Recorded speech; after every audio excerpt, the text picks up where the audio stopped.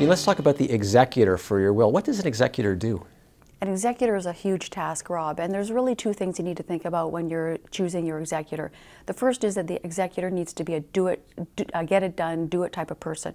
Good with finances, good with getting tasks done, good at going through a task list. But equally important, your executor needs to be someone who's good with people, able to deal with the beneficiary who comes up to him at the reception after the funeral and says, "Where's my inheritance?" So there's both aspects of being an executor. What's a simple definition of an executor? Simple definition of an executor is the person who administers the deceased estate according to the terms of the last will. Okay, and how would you go about, I mean, you've listed the kind of person you want, but I mean, is it best to use your child, a friend, another relative? How do you sort of go about deciding who will get this position? So the best selection is not necessarily the relationship of the person to you, but rather the type of person.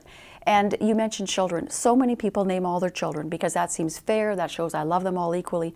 That doesn't really matter, and it shouldn't play into the choice of executor. The best executor selection is probably only one person who you trust implicitly, who can get the job done. So you're looking for a good manager then? That's right. Now, does the executor make decisions, or is the executor there to exactly execute your will as you've set it out? Without ducking the question, the answer is both. The executor is required to carry out the terms of the will, but in so doing, there are many important discretionary decisions that need to be made.